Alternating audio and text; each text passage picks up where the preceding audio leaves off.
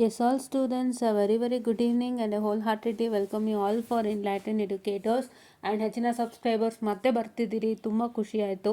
So ನಮಗೆ ಏನು ಅಂದರೆ ನೀವೆಷ್ಟು ಜನ ಸಬ್ಸ್ಕ್ರೈಬ್ ಆಗ್ತೀರಿ ಅಷ್ಟು ಜನನ ಆದಷ್ಟು ಬೇಗ ನಾನು ಕನೆಕ್ಟ್ ಆಗ್ತೀನಿ ಖಂಡಿತವಾಗ್ಲೂ. ಆ್ಯಂಡ್ ಇಲ್ಲಿ 9 ಡೌಟ್ಸನ್ನು ಕ್ಲಿಯರ್ ಮಾಡ್ತೀನಿ. 9 ಜನ ಡೌಟ್ಸ್ ಮೆಸೇಜ್ ಮಾಡಿದ್ದಾರೆ.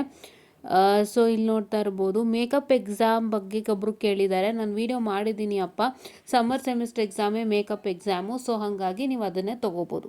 ಓಕೆನಾ? ಯಾ. ಆ್ಯಂಡ್ ಮೇಕಪ್ ಎಕ್ಸಾಮ್ ಅಂದರೆ ಸಮ್ಮರ್ ಸೆಮಿಸ್ಟರ್ ಎಕ್ಸಾಮ್ಸ್ ಅಂತಲೇ ಅಂದ್ಕೊಳ್ಳಿ. ಓಕೆನಾ? ಸೇಮ್.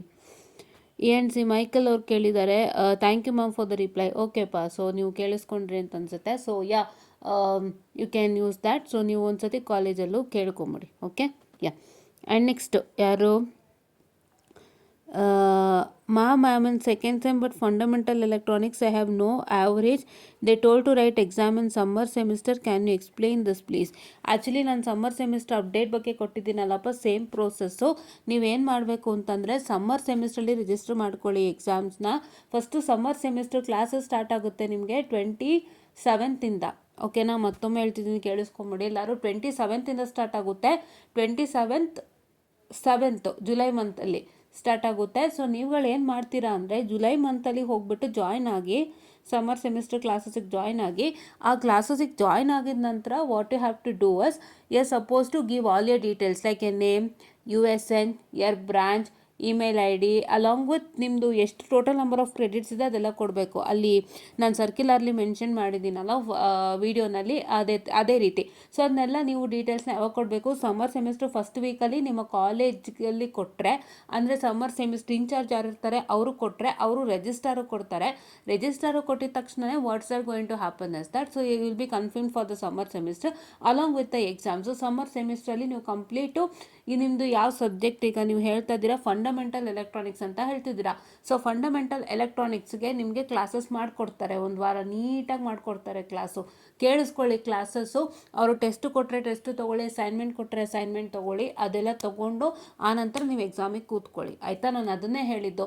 ಸೊ ಯಾರಿಗೆ ಆವ್ರೇಜ್ ಇಲ್ಲ, ಅದೇ minimum marks in CI is nothing but you should have an average. CI ಇಷ್ಟು ಮಿನಿಮಮ್ ಮಾರ್ಕ್ಸ್ ಬರಬೇಕು ಅನ್ನೋದು ನಿಮ್ಮ ಸ್ಕೀಮ್ಗಳಲ್ಲಿ ಮೆನ್ಷನ್ ಮಾಡಿರ್ತಾರೆ. ಅದು ನೀವು ಚೆಕ್ ಮಾಡ್ಕೋಬೇಕು ಸ್ಕೀಮ್ ರೂಲ್ಸ್ ಆ್ಯಂಡ್ ರೆಗ್ಯುಲೇಷನ್ಸಲ್ಲಿ. ಸೊ 25 ಸ್ಕೀಮ್ಗೆ ಎಷ್ಟೋ ಇರುತ್ತೆ maximum marks for obtaining the CI. ಅದೇನಾದ್ರು ನೀವು ಸ್ಯಾಟಿಸ್ಫೈ ಮಾಡಿಲ್ಲ ಅಂದರೆ ನೀವು ಸಮ್ಮರ್ ಸೆಮಿಸ್ಟ್ರಿಗೆ ಹೋಗಬೇಕಾಗತ್ತೆ. ಅದನ್ನೇ ನಿಮಗೆ ನಿಮ್ಮ ಟೀಚರ್ ಹೇಳಿರೋವಂಥದ್ದು. ಆ್ಯಂಡ್ ನಾವು ಅದನ್ನೇ ಕೂಡ ಎಕ್ಸ್ಪ್ಲೇನು ಮಾಡಿದ್ದೀವಿ.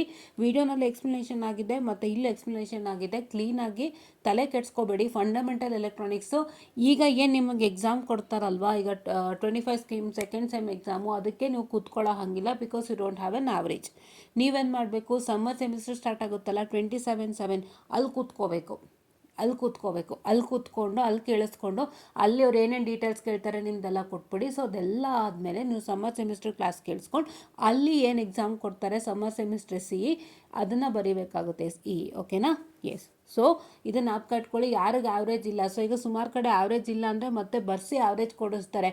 ಬಟ್ ಯಾರಿಗೆ ಆವ್ರೇಜ್ ಇಲ್ವೋ ಅವ್ರಿಗೇನು ಮಾಡ್ತಾರೆ ಕೆಲವು ಕಡೆ ಅಂತಂದರೆ, ನಿಮ್ಗೆ ಆವ್ರೇಜ್ ಇಲ್ಲ ಅಂದರೆ ಆವ್ರೇಜ್ ಇಲ್ಲ ಅಂತಲೇ ತೊಗೊಂಬಿಡ್ತಾರೆ. ಅವ್ರು ಮತ್ತೆ ಟೆಸ್ಟನ್ನ ಬರ್ಸೋವಂಥದ್ದು ಮತ್ತು ಮಾರ್ಕ್ಸ್ ಜಾಸ್ತಿ ಮಾಡೋವಂಥದ್ದು ಮಾಡಲ್ಲ. ಸೊ ಹಂಗಾಗಿ ಅಂಥ ಕಡೆ ಇದ್ದಾಗ ನೀವು ಡೈರೆಕ್ಟಾಗಿ ಸಮ್ಮರ್ ಸೆಮಿಸ್ಟರ್ ಕನೆಕ್ಟ್ ಆಗ್ಬೋದು. ಇವ್ರದ್ದು ಅದೇ ಕೇಸ್ ಆಗಿದೆ. ಯಾರಿದು ಆರಿ ಕ್ರಿಯೇಷನ್ ಟೈಮ್ ಅನ್ನೋರು. ಓಕೆಪ್ಪ. ನೆಕ್ಸ್ಟ್ ಯಾರ್ದು ಅಂದರೆ 8085 ಪವನ್ ಅವರು ಒಂದು ತುಂಬ ಸೀರಿಯಸ್ ಮ್ಯಾಟ್ರನ್ನ ಹೇಳ್ತಿದ್ದಾರೆ. ಈ ಮ್ಯಾಟ್ರನ್ನ ಎಲ್ಲರೂ ಕೇಳಿಸ್ಕೊಂಬಿಡಿ. ಏನಂದರೆ even when I checked same with the government college clerk on Friday, they told hall ticket will not be generated. Government college clerk ಹೇಳ್ತಿದ್ದಾರಂತೆ ನಿಮಗೆ ಹಾಲ್ ಟಿಕೆಟ್ ಜನರೇಟ್ ಆಗಲ್ಲ, ಎಕ್ಸಾಮ್ ಕಟ್ಟಿದವ್ರಿಗೂ ಅಂತ ಕಾಣುತ್ತೆ. ಇದು ಎಕ್ಸಾಮ್ ಕಟ್ಟಿದವ್ರಿಗೂ ಅಂತ ಕಾಣಿಸುತ್ತೆ ಮೋಸ್ಟ್ಲಿ. ಇದವ್ರು ಅದೊಂದು ಮೆನ್ಷನ್ ಮಾಡಿಲ್ಲ. ಮೋಸ್ಟ್ಲಿ ಹಾಲ್ ಟಿಕೆಟ್ ಜನರೇಟ್ ಆಗಲ್ಲ ಅಂತಂದರೆ ಕಟ್ಟಿದವ್ರಿಗೂ ಸೇರಿಸಿ ಅಂತ ಕಾಣುತ್ತೆ. ನೋಡಿ ಏನು ಅಪ್ಡೇಟ್ ಕೊಡ್ತಿದ್ದಾರೆ ಗೌರ್ಮೆಂಟ್ ಕಾಲೇಜಲ್ಲಿ ಅಲ್ವಾ. ಇದು ಯಾವ ನ್ಯಾಯ ಇದು ಅಲ್ವಾ. ಪವನ್ ಅವರೇ, ಈ ವಿಡಿಯೋನ ನಾನು ಅಪ್ಲೋಡ್ ಮಾಡಿದ್ಮೇಲೆ ನೀವು ಇನ್ ಕೇಸ್ ನೋಡ್ತಿದ್ದೀರಾ ಅಂದರೆ ದಯವಿಟ್ಟು ಇದೇ ಕಾಮೆಂಟ್ ಕೆಳಗಡೆ ಯಾರಿಗೆ ಇದು ಅಂತ ಕರೆಕ್ಟಾಗಿ ಹೇಳ್ಬಿಡಿ. ಇವಾಗ ಯಾರಿಗೆ ಎಕ್ಸಾಮ್ಗೆ ಬ್ಲಾಕೇಜಸ್ ಆಗಿದೆ ಅವ್ರಿಗಂತೂ ಖಂಡಿತ ಹಾಲ್ ಟಿಕೆಟ್ ಜನರೇಟ್ ಆಗಲ್ಲ, ಅದು 200% ಗ್ಯಾರಂಟಿಡ್. ಅದು ಬಿಟ್ಟು ನೀವು ಇನ್ನೊಂದ್ಸತಿ ಹೇಳ್ಬಿಡಿ, ದುಡ್ಡು ಕಟ್ಟಿ ಈಗ ಆಲ್ರೆಡಿ ಎಕ್ಸಾಮಿಗೆ ಪೇಮೆಂಟ್ ಮಾಡಿದವ್ರಿಗೂ ಹಾಲ್ ಟಿಕೆಟ್ ಕೊಡೋದಿಲ್ವಾ, ಅವ್ರನ್ನೂ ಕೂರಿಸೋದಿಲ್ವಾ ಅಂತ ಅದೊಂದು ಕನ್ಫರ್ಮ್ ಮಾಡಿಬಿಡಿ. ನೋಡಿ ಏನೇನು ಪರಿಸ್ಥಿತಿಗಳ್ರಿ ಅಲ್ವಾ. ನೆಕ್ಸ್ಟ್ ಇನ್ನೂ 3 ಕಮೆಂಟ್ ಮಾಡಿದ್ದಾರೆ ಪವನ್ ಅವರು. ಇಲ್ಲೊಂದಿದೆ ನೋಡಿ. This is going to be hard for 8th sem students with backlog of 2022 scheme specially ಅಂತ ಹೇಳಿದ್ದಾರೆ. ಯಾರು ಹೇಳಿದ್ದಾರೆ? ಪವನ್ ಅವರು. ಸೊ ನೋಡಿ, ಪವನ್ ಅವರು ಹೇಳ್ತಿದ್ದಾರೆ ನೋಡಿ, ಈ ರೀತಿ ವಿಷಯ ಇದೆಯಂತೆ ಮ್ಯಾಟರು. ಗೌರ್ಮೆಂಟ್ ಕಾಲೇಜ್ ಕ್ಲರ್ಕ್ ಹೇಳ್ತಿದ್ದಾರೆ ಹಾಲ್ ಟಿಕೆಟ್ ಕೊಡೋದಿಲ್ಲ ಅಂತ, ಜನ್ರೇಟ್ ಆಗಲ್ಲ ಅಂತ. ನೋಡಿ ಎಷ್ಟು ಕಷ್ಟ ಇದೆ ಅಲ್ಲ. ನಿಮಗೆ ಒಂದು ಮಗುನ ನೀವು ತೊಂದರೆ ಕೊಟ್ಟು ಏನು ಮಾಡ್ತೀರಾ? ಏನೋ ಕಾರಣಕ್ಕೆ ಅವ್ರು ಫೇಲ್ ಆಗಿಲ್ಲಪ್ಪ, whether it is there personal. ಕೆಲವ್ರಿಗೆ ಪಾಪ ತುಂಬ ಸಿವಿಯರ್ ಪ್ರಾಬ್ಲಮಿಂದ ಫೇಲ್ಡ್ ಆಗೋಗಿರ್ತಾರೆ. ಕೆಲವರು ಪಾಪ ಸರಿಯಾಗಿ ಓದೋಕ್ಕಾಗಿರಲ್ಲ, ಇಲ್ಲ ಅರ್ಥ ಆಗಿರಲ್ಲ ಕಾನ್ಸೆಪ್ಟ್ಸ್ಗಳು, ಓದೋಕ್ಕೆ ಗೊತ್ತಾಗ್ತಿರಲ್ಲ, ಸ್ಟ್ರಗಲ್ಸ್ ಇರುತ್ತೆ, ಎಲ್ಲ ರೀತಿ ಒದ್ದಾಡ್ತಿರ್ತಾರೆ. ನೀವು ಇಲ್ಲಿ ಮಕ್ಳಿಗೆ ತೊಂದರೆ ಮಾಡಿದರೆ ಏನು ಅರ್ಥ? ಫಸ್ಟ್ ಆಫ್ ಆಲ್ ಎಷ್ಟೋ ಮಕ್ಕಳು ಇವತ್ತು ಬ್ಯಾಕ್ಲಾಗ್ ಹಂತಕ್ಕೆ ತಂದ್ಕೊಂಡಿರೋದೇನು ಅಂದರೆ ನಿಮ್ಮ ವ್ಯಾಲ್ಯೂಯೇಷನ್ ಪ್ರಾಬ್ಲಮಿಂದಾನೆ ನಾನು ಹೇಳ್ತಾ ಇದ್ದೀನಿ. ಯಾಕೆಂದರೆ ಸುಮಾರು ಮಕ್ಕಳು ಹೇಳ್ತಾರೆ, ನಾವು ಚೆನ್ನಾಗಿ ಬರೆದ್ವಿ ನಮ್ಮ ಮಾರ್ಕ್ಸ್ ಕೊಟ್ಟಿಲ್ಲ, ನಾವು ಚೆನ್ನಾಗಿ ಬರೆದಿದ್ವಿ ನಮ್ಮ ಮಾರ್ಕ್ಸ್ ಕೊಟ್ಟಿಲ್ಲ ಅಂತ. ನಿಮ್ಮ ವ್ಯಾಲ್ಯೂಯೇಷನ್ ಪ್ರೋಸೆಸ್ ಪ್ರಾಪರ್ ಆಗಿದ್ದಿದ್ರೆ ಎಷ್ಟು ಜನ ಮಕ್ಕಳು ಇವತ್ತು ಈ ಪರಿಸ್ಥಿತಿಗೆ ಬರ್ತಿದ್ರು ಹೇಳಿ? ಖಂಡಿತ ಬರ್ತಿರ್ಲಿಲ್ಲ ರೀ. ಓನ್ಲಿ ಯಾರೋ ಒಂದು 20% ಓದದೆ ಆಟಾಡ್ಕೊಂಡು ಕೂತಿರೋ ಮಕ್ಕಳು ಬರ್ತಿದ್ರು ಹೊರತು ಚೆನ್ನಾಗಿ ಬರೆಯೋ ಮಕ್ಕಳಾಗಿ ಬರ್ತಿದ್ರು ಈ ಪರಿಸ್ಥಿತಿಗೆ ಅಲ್ವಾ? ಇವತ್ತು ಇಲ್ಲಿ ಮೂಲ ಸಮಸ್ಯೆ ಏನು ಅಂತಂದರೆ, ನೀವು ಇಲ್ಲಿ ಎಕ್ಸಾಮ್ ಕಡಿತ ಮಾಡಿ ಕೂರಿಸ್ಬಿಡ್ತೀರಾ. ನಿಮಗೆ ಶಕ್ತಿ ಇಲ್ಲ, ಮಾಡಿಲ್ಲ, ಇಷ್ಟು ವರ್ಷ ನೀವು ಮಾಡ್ಕೊಂಬಂದ್ಬಿಟ್ಟು ಈಗ ನನಗೆ ಶಕ್ತಿ ಇಲ್ಲ, ನಾನು ಮಾಡೋಕ್ಕಾಗಲ್ಲ ಎಕ್ಸಾಮು ಅಂತ ನೀವು ತೊಗೊಂಡೋಗಿ ನೀವು ಎಕ್ಸಾಮ್ ಕೊಡಲ್ಲ ಅಂತ ಹೇಳ್ಬಿಡ್ತೀರಾ. ಇಲ್ಲಿ ಯಾರೋ ಹೇಳ್ತಾರಂತೆ ಗೌರ್ಮೆಂಟ್ ಕಾಲೇಜಲ್ಲಿ ಹಾಲ್ ಟಿಕೆಟ್ ಜನ್ರೇಟ್ ಆಗಲ್ಲ ಅಂತ. ಎಲ್ಲನೂ ನೀವು ಮಾತಾಡ್ತಿರಲ್ಲ. Why is the reason of backlog? What's the reason for backlog? ಏನು ರೀಸನ್ ರೀ ಬ್ಯಾಕ್ಲಾಗ್ಗೆ? ಕಾಲೇಜ್ ಸಿಸ್ಟಮ್ ಸರಿ ಇಲ್ಲ. ಎಷ್ಟೋ ಮಕ್ಳಿಗೆ ಪಾಪ ಕಾಲೇಜಲ್ಲಿ ಪಾಠ ಹೇಳ್ಕೊಡಲ್ಲ. ಏನು ಕಲಿತಾರೆ ಮಕ್ಕಳು? ಏನೋಗಿ ಬರೀತಾರೆ ಎಕ್ಸಾಮಲ್ಲಿ? ನಾನು ಇದನ್ನು ಓಪನ್ ಕಣ್ಣಾರೆ ನೋಡಿದ್ದೀನಿ. ಕಾಲೇಜಲ್ಲಿ ಏನು ಗೈಡೆನ್ಸ್ ಸಿಗುತ್ತೆ ಅಂತ ಅಲ್ವಾ? ನೀಟಾಗಿ ಕ್ಲಾಸಸ್ ಮಾಡಿಕೊಟ್ರೇನಾ, ಒಂದು ಸಿಸ್ಟಮ್ಯಾಟಿಕಾಗಿ ಕ್ಲಾಸಸ್ ಮಾಡಿಕೊಟ್ರೇನಾ, ಮಕ್ಳಿಗೆ ಈಸಿಯಾಗಿ ಗೊತ್ತಾದ್ರೇನಾ ಅವರೇ ಬರೀತಾರೆ. ಯಾಕೆ ಮಕ್ಕಳು ಫೇಲ್ ಆಗ್ಬೇಕು ಹೇಳಿ?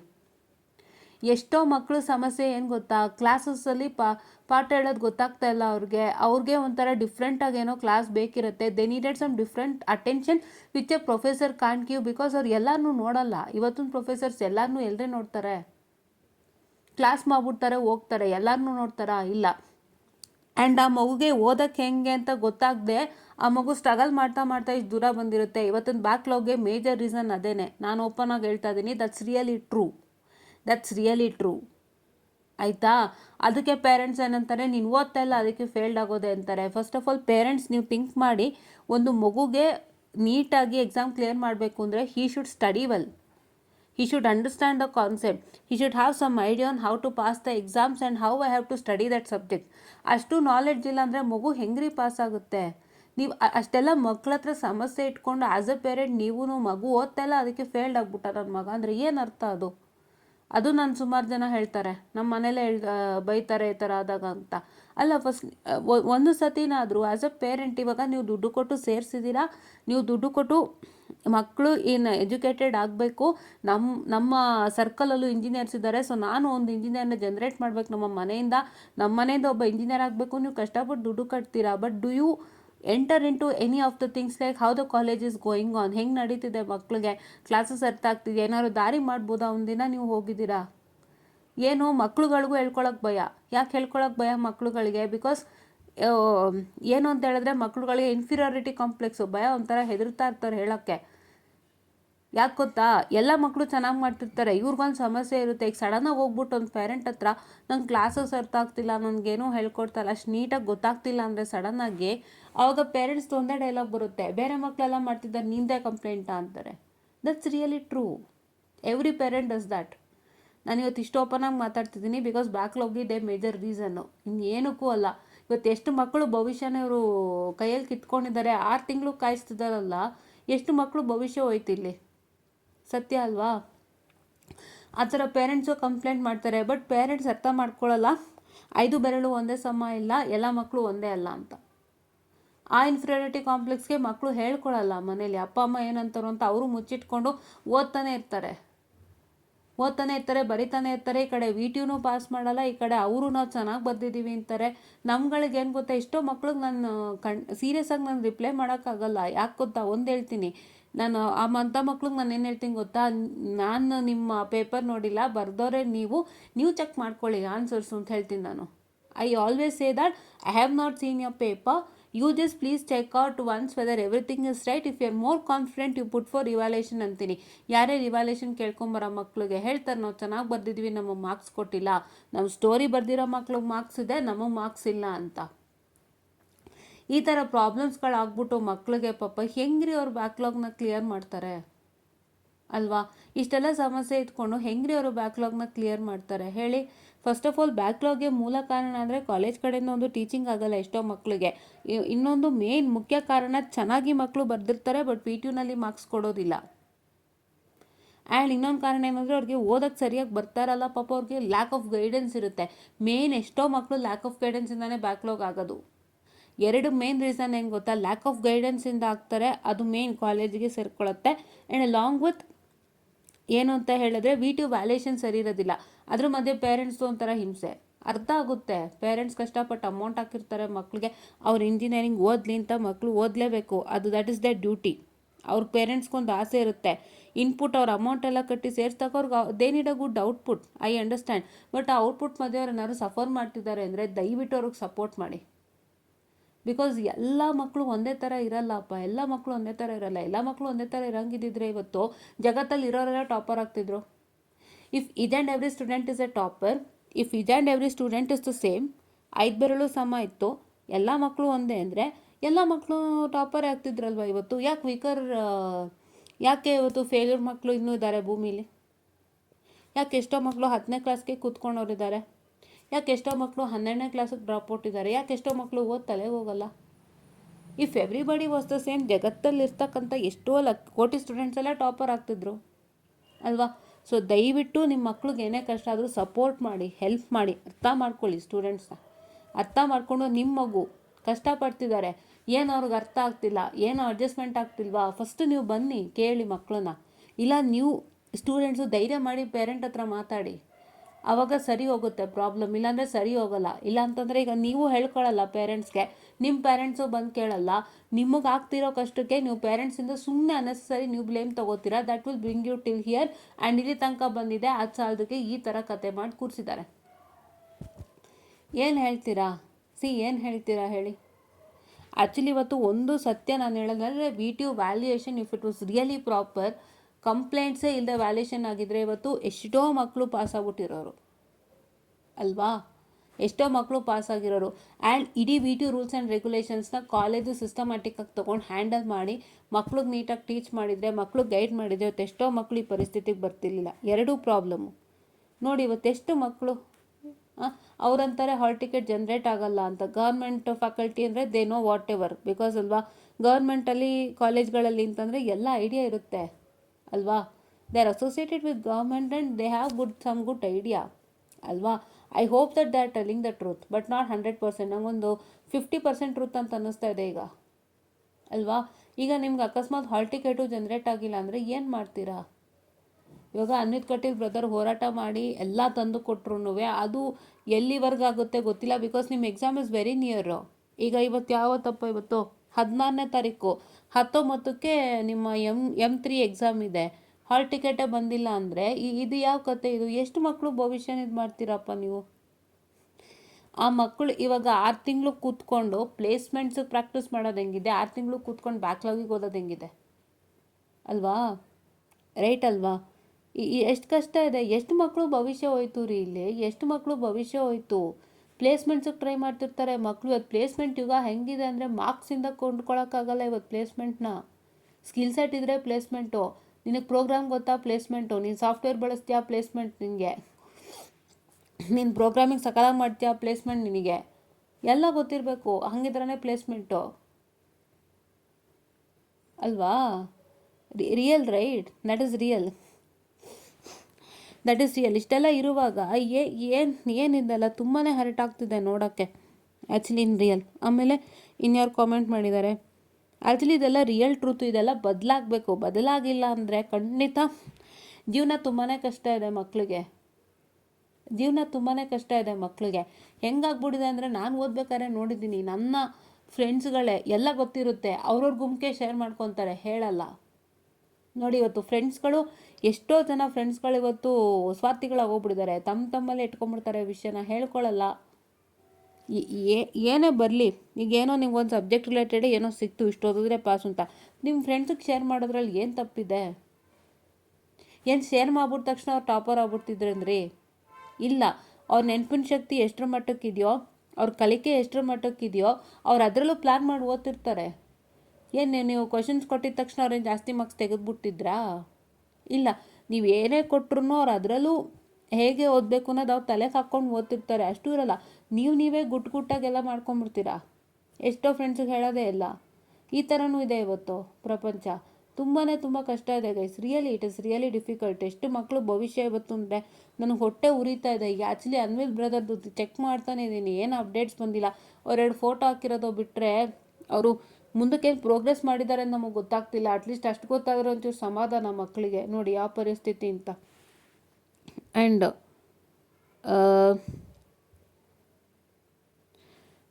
ಇಲ್ಲಿ ನೋಡಿ guys, hall ticket has been generated in my college.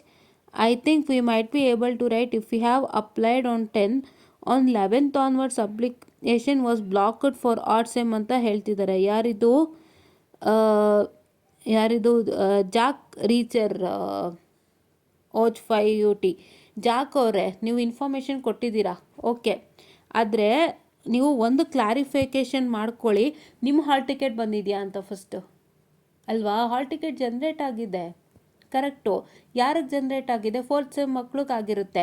ಆ 4th ಸೆಮ್ ಮಕ್ಳಿಗೆ 3rd ಸೆಮ್ ಬ್ಯಾಕ್ಲಾಗ್ ಏನಾದ್ರು ಮೆನ್ಷನ್ ಮಾಡಿದಾರ ಹಾಲ್ ಟಿಕೆಟಲ್ಲಿ? ಎಲ್ಲ ಚೆಕ್ ಮಾಡ್ಬೇಕು ತಾನೆ. ನಾನು ಅದನ್ನೇ ಹೇಳ್ತಾ ಇದ್ದೀನಿ ಗೈಸ್, ಎಲ್ಲರಿಗೂ ಹೇಳ್ತಿರೋದು ನಾನು ಅದನ್ನೇ. ನಿಮ್ಮ ಹಾಲ್ ಟಿಕೆಟ್ ಜನ್ರೇಟ್ ಆಗಿದೆ ಅಂದರೆ ಫಸ್ಟು ಹಾಲ್ ಟಿಕೆಟಲ್ಲಿ ಸ್ಪೆಷಲಿ 4th ಸೆಮಿಸ್ಟರ್ ಮಕ್ಕಳನ್ನ ಕೇಳಿ, ನಿಮ್ಗೆ ಯಾವ್ದಾದ್ರು 3rd ಸೆಮ್ ಬ್ಯಾಕ್ಲಾಗ್ ಇದೆಯಾ, ಅದೇನಾದ್ರು ಹಾಲ್ ಟಿಕೆಟಲ್ಲಿ ಮೆನ್ಷನ್ ಆಗಿದೆಯಾ ಕೇಳಿ.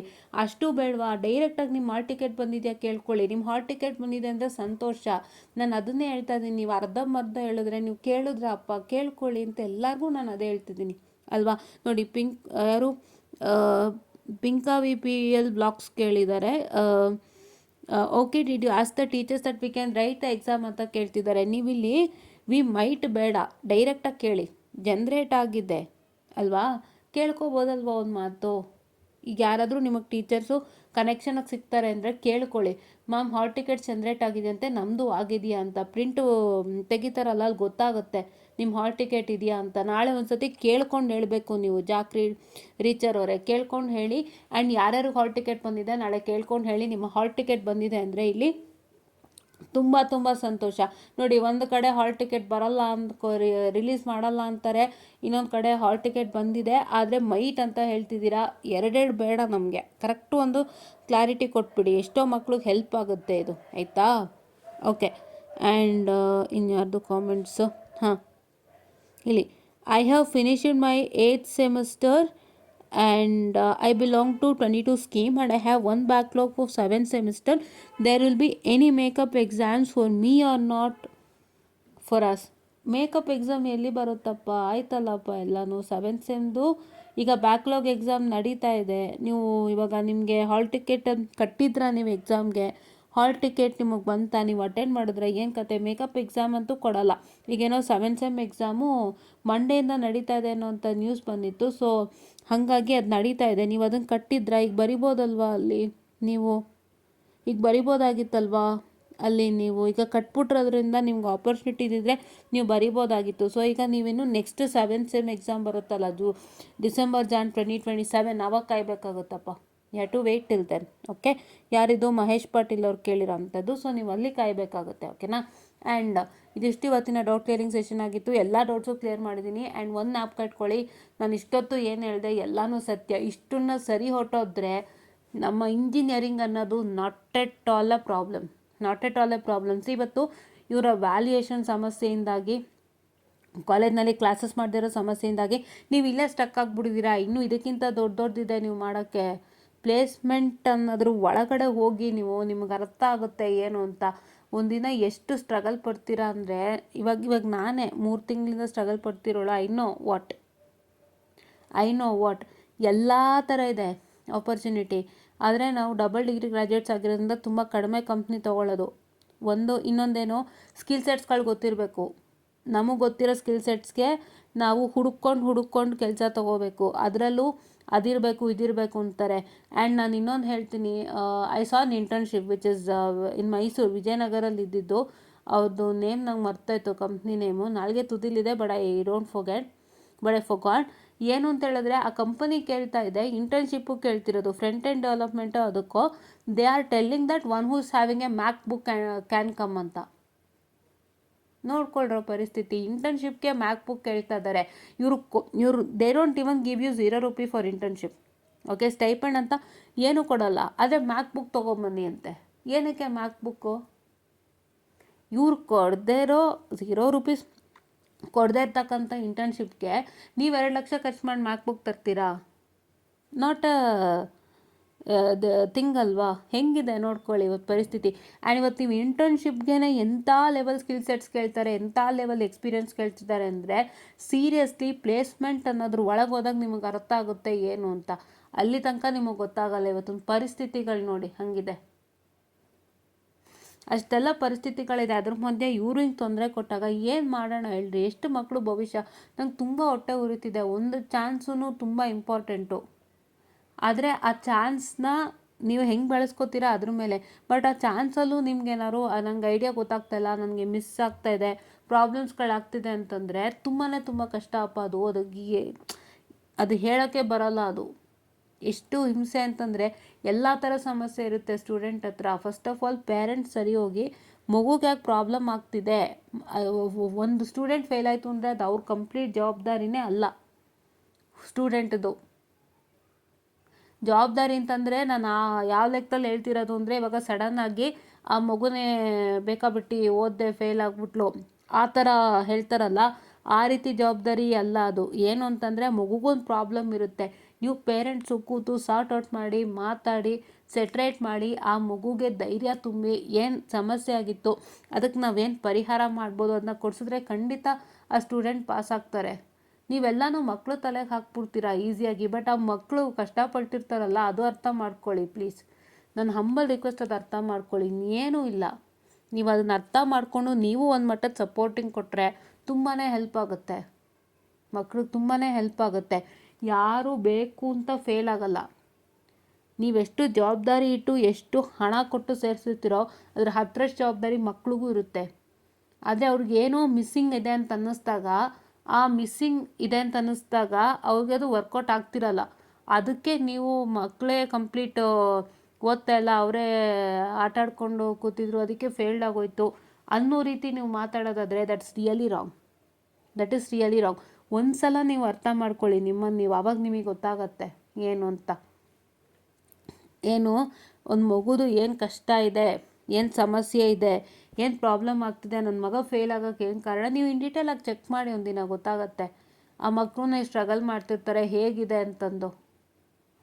ನೀವು ಅಷ್ಟು ಅರ್ಥ ಮಾಡ್ಕೊಂಡಿಲ್ಲ ಅಂತಂದರೆ ತುಂಬಾ ಕಷ್ಟ ಆಗ್ಬಿಡುತ್ತೆ. ಆ್ಯಸ್ ಎ ಪೇರೆಂಟ್ಸಾಗಿ ನಾನು ಹೇಳ್ತಿದ್ದೀನಿ, ತುಂಬಾ ಕಷ್ಟ ಆಗ್ಬಿಡುತ್ತೆ. ಬಿಕಾಸ್ ಪೇರೆಂಟ್ಸ್ದೇ ಇಂಟರ್ನಲ್ ಸಪೋರ್ಟ್ ಇಲ್ಲ ಅಂತಂದಾಗ ಒಂದು ಸ್ಟೂಡೆಂಟು ಎಷ್ಟರ ಮಟ್ಟಕ್ಕೆ ಕುಗ್ಬೋದು ಅನ್ನೋದು, ಒಂದು ಚೈಲ್ಡ್ ಎಷ್ಟರ ಮಟ್ಟಕ್ಕೆ ಕುಗ್ಬೋದು ಅನ್ನೋದು ಐ ಕ್ಯಾನ್ ಅಂಡರ್ಸ್ಟ್ಯಾಂಡ್. ಆ ಸಿಚುಯೇಷನ್ನೇ ಬೇಡ. ದಯವಿಟ್ಟು it's a humble request to all parents and student. ಒಂದು ಪೇರೆಂಟ್ಸು ನೀವು ಸ್ಟೂಡೆಂಟ್ಸ್ದು ಏನು ಸಮಸ್ಯೆ ಇದೆ, ನಿಮ್ಮ ಮಕ್ಕಳದ್ದು ಏನು ಸಮಸ್ಯೆ ಇದೆ ಅರ್ಥ ಮಾಡ್ಕೊಂಡು ನೀವು ಸರಿ ಮಾಡಿಕೊಡಿ ಅವ್ರ ಜೀವನ. ಇಲ್ಲ ನೀವೇ ಸ್ಟೂಡೆಂಟ್ಸ್, ನಿಮಗೆ ಹೇಳ್ತಾ ಇದ್ದೀನಿ, ನಿಮಗೆ ನಿಮ್ಮ ಪೇರೆಂಟ್ಸ್ ಯಾವುದಕ್ಕೂ ಎಂಟ್ರಾಗ್ತಿಲ್ಲ ಅಂದರೆ ನೀವೇ ಧೈರ್ಯ ಮಾಡಿ ವಿಷಯನ ಅವ್ರಿಗೆ ಕನ್ವಿನ್ಸ್ ಮಾಡಿ ಅರ್ಥ ಮಾಡಿಸಿ ಆದಷ್ಟು ಸೊಲ್ಯೂಷನ್ ತೊಗೊಳ್ಳಿ. ಬಿಕಾಸ್ ಇಷ್ಟೆಲ್ಲ ಅವ್ರು ನಿಮಗೆ ಮಾಡಿದ್ದಾರೆ ಅಂದರೆ ನಿಮ್ಮ ಕಷ್ಟಕ್ಕೊಂದು ಸೊಲ್ಯೂಷನ್ ಕೊಡ್ಬೋದು. ನೀವು ಅದನ್ನು ಮಾಡಿ, ಅವಾಗ ಒಳ್ಳೆಯದಾಗುತ್ತೆ. ಹೌದಾ? ಇಷ್ಟೆಲ್ಲ ಮಾಡಿ ಎಲ್ಲ ಸಾರ್ಟ್ ಔಟ್ ಆಗುತ್ತೆ. ನಾನು ಬೇಡ್ಕೊಳ್ಳೋದು ಒಂದೇ, ನಾನು ಇವತ್ತು ಅರ್ಜಿ ಮಾಡ್ತಾ ಇದ್ದೀನಿ ನೋಡಿ, ಇಲ್ಲೂ ಅರ್ಜಿ ಮಾಡಿದೆ ತುಂಬ. ಆ್ಯಂಡ್ ನಾನು ಇವಾಗಲೂ ಅರ್ಜಿ ಮಾಡ್ತಿರೋದೇನು ಅಂದರೆ, ಏನೇ ಆಗಲಿ ಮಕ್ಳಿಗೆ ಒಳ್ಳೇದಾಗಲಿ, ದಯವಿಟ್ಟು ಎಲ್ಲ ಮಕ್ಳಿಗೂ ಒಂದು ಚಾನ್ಸ್ ಸಿಕ್ಬಿಡಲಿ. ಎಲ್ಲ ಮಕ್ಕಳು ಚೆನ್ನಾಗಿ ಎಕ್ಸಾಮನ್ನು ಬರೀಲಿ, ಎಲ್ಲ ಮಕ್ಳಿಗೊಂದು ಚಾನ್ಸ್ ಸಿಗಲಿ ಅಂತಲೇ ನಾನು ಕೇಳ್ಕೊಳ್ಳೋದು. ಆ್ಯಕ್ಚುಲಿ ಇವಾಗ ನೈಟ್ 9 ಇವಾಗ. ಆ್ಯಕ್ಚುಲಿ ನಾವು ರಾತ್ರಿ ಹೊತ್ತು ಏನು ಬೇಡ್ಕೊಂಡ್ರು ಅಶ್ವಿನಿ ದೇವತೆಗಳು ಅಸ್ತು ಅಂತಾರಂತೆ. ನಾನು ಕೇಳಿದ್ದೀನಿ ಆ ಮಾತನ್ನ, ಅದು ಸತ್ಯ ಆಗೋಗ್ಲಿ. ಅಶ್ವಿನಿ ದೇವತೆಗಳು ಅಸ್ತು ಒಂದು ಈ ಮಕ್ಳಿಗೊಂದು ಅವಕಾಶ ಸಿಕ್ಬಿಟ್ರೆ ಅಷ್ಟೇ ಸಾಕು. ಆ್ಯಂಡ್ ಯಾರೋ ಮೆಸೇಜ್ ಮಾಡಿದ್ರಲ್ಲ, ಯಾರು ಇನ್ನೊಂದು ಸತಿ ಹೇಳ್ಬಿಡ್ತೀನಿ ನೋಡಿ, ಜಾಕ್ ರೀಚರ್ ಅವರು, ದಯವಿಟ್ಟು ನಿಮ್ಮ ಕಾಲೇಜ್ನಲ್ಲಿ ನಾಳೆ ನಿಮಗೆ ಹಾಲ್ ಟಿಕೆಟ್ ಕೊಟ್ಟರೋ ಇಲ್ವೋ ಕೇಳ್ಕೊಳ್ಳಿ. ಹಾಲ್ ಟಿಕೆಟ್ ಕೊಟ್ಟರೋ ಇಲ್ವೋ ಕೇಳ್ಕೊಳ್ಳಿ. ಆ್ಯಂಡ್ ಹಾಲ್ ಟಿಕೆಟ್ ನಿಮಗೆ ಬಂದಿದೆಯೋ ಇಲ್ವೋ ಕೇಳ್ಕೊಳ್ಳಿ. ಯಾರಿಗಾದರೂ ಸರಿ ಎಕ್ಸಾಮ್ ಕಟ್ಟಿರೋರು ತರ್ಡ್ ಸೆಮ್ದು ಹಾಲ್ ಟಿಕೆಟ್ ಬಂದಿದೆ ಅಂತಂದರೆ irrespective of semester 4, 6, 8 hall ticket ಬಂದಿದೆ ಅಂದರೆ ದಯವಿಟ್ಟು ಇಲ್ಲಿ ಮೆನ್ಷನ್ ಮಾಡಿ ತುಂಬ ಜನಕ್ಕೆ ಹೆಲ್ಪ್ ಆಗುತ್ತೆ. ದಯವಿಟ್ಟು ಮೆನ್ಷನ್ ಮಾಡಿ, ಇದೊಂದು ಉಪಕಾರ ಮಾಡಿಕೊಡಿ. ಆ್ಯಂಡ್ ಎಲ್ಲರಿಗೂ ಒಳ್ಳೆಯದಾಗಲಿ, ಆ ದೇವ್ರು ಎಲ್ಲರಿಗೂ ಒಂದು ಆಪರ್ಚುನಿಟಿ ಕೊಡಿಸ್ಲಿ, ಇರೋಲ್ಲ ಆದಷ್ಟು ಬೇಗ ಆಚೆ ಹೋಗಲಿ ಅಂತ ಹೇಳ್ತಾ I be winding up the session students, and thank you.